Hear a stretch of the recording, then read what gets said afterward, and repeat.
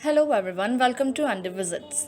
In today's video, we'll be discussing 10 movies that inspired Todd Phillips' dark DC movie, Joker. If I even While Joker is definitely its own film, even someone who isn't incredibly familiar with older classic cinema will immediately notice that it has a bit of an older feel, even though it came out in 2019. This is on purpose, as Phillips has mentioned in multiple interviews. The King of Comedy.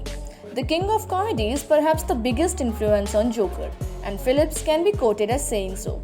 Directed by Martin Scorsese and starring Robert De Niro as Rupert Pupkin, their fifth collaboration is a dark comedy just like Joker. Both films are about wannabe comedians who will do anything to get what they see as their 15 minutes of fame. In The King of Comedy, this works out pretty well, but only after Rupert kidnaps the host of his favorite talk show. Rupert even has delusions about the celebrity, imagining him to be a good friend of his. De Niro actually revisited this movie in an iconic reversal for Joker, where he now plays the celebrity host who finds himself on the receiving end of Madman's anger. out there, Murray, you ever Rupert Pupkin is the new king of comedy. Taxi Driver. Taxi Driver is yet another Scorsese film starring Robert De Niro. It follows a man named Travis Bickle who drives a taxi and going out his days one after the other until he begins to become obsessed with a girl he sees while driving, more so telling her they are going on a date than asking her. He decides he is going to assassinate the presidential candidate she works for and also kill the pimp of a young girl that he meets. Travis sees the world in what he's described as a state of moral decay and views himself as doing something good, even though he becomes violent and meddles in matters he shouldn't, only to be held up as a hero by society in the end. I have learned more about America from $15, 15 minutes, $25 half an hour. back. Serpico.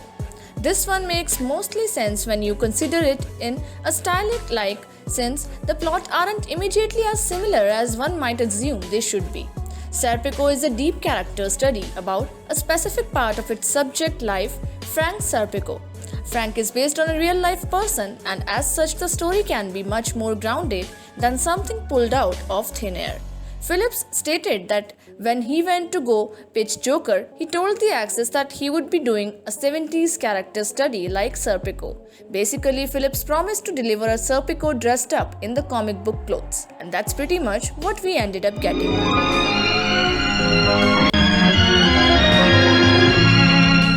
The Man Who Laughs. The Man Who Laughs isn't just the inspiration of Joaquin Phoenix's Joker, but actually for the Joker as a character in general. This movie was the inspiration for both the design and his personality, although there were other things tossed in the blender to get the character we have now. It's a beautiful film taking a dedicated expressionist visual style, so much so that some even classified it as horror. Although it's usually billed as a romantic drama, Conrad White portrays Gwynplaine, who plays easily be mistaken for a rather ghoulish live-action version of the DC Comics supervillain. Dog Day Afternoon. Some would agree that Phillips simply went for the classic book character so that he could have more resources to make his own 70s style character study he longed for. Even if that's true, that means we have gotten one of the best live-action depictions of the Joker as a result. Dog Day Afternoon is yet another one of those character-driven crime movies from the 70s, but this one contains a healthy dose of social commentary as well. This Al Pacino film provides a good template for the economic issues facing tons of people around the world both then and now. And Sal Naturale entered the Show to them anyway. The most you're gonna get is 5 years. You get out in one. One Flew Over the Cuckoo's Nest. Arthur Fleck is pretty much what you get if Randall McMurphy from One Flew Over the Cuckoo's Nest was allowed to roam the streets rather than just being locked up in an asylum for most of his adult life.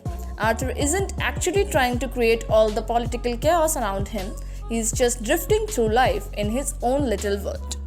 This is another film that Phillips used while he was pitching his film to Warner Brothers. Thank you, Nick. Thank you. He just voted it was 10 to 9. I want that television. The Dark Knight. This list wouldn't be complete without Christopher Nolan's The Dark Knight, where Heath Ledger pretty much set the gold standards for anyone who would dare attempt following up his performance of the Joker.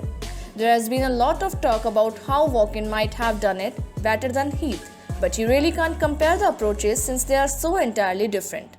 That being said, one could imagine a Batman universe where Joker is a prequel to the portrayal of the character in The Dark Knight, given the nihilistic view of society that both psychotic clowns share. And here we go. Fight Club. Fight Club, based on the book by Chuck Palahniuk, directed by David Fincher and starring Brad Pitt and Edward Norton. It tells the story of a man with mental disorder and Tyler Durden, his literal male power fantasy. He is eventually driven by Tyler to take control of his own life and actually do something instead of putting up with everything. Of course, this means blowing up credit card companies' offices. He ends up starting an anti-corporate anarchist movement without even knowing it, just like Arthur Fleck does. So which one is your favorite among all? Do share in the comments section. Thank you so much.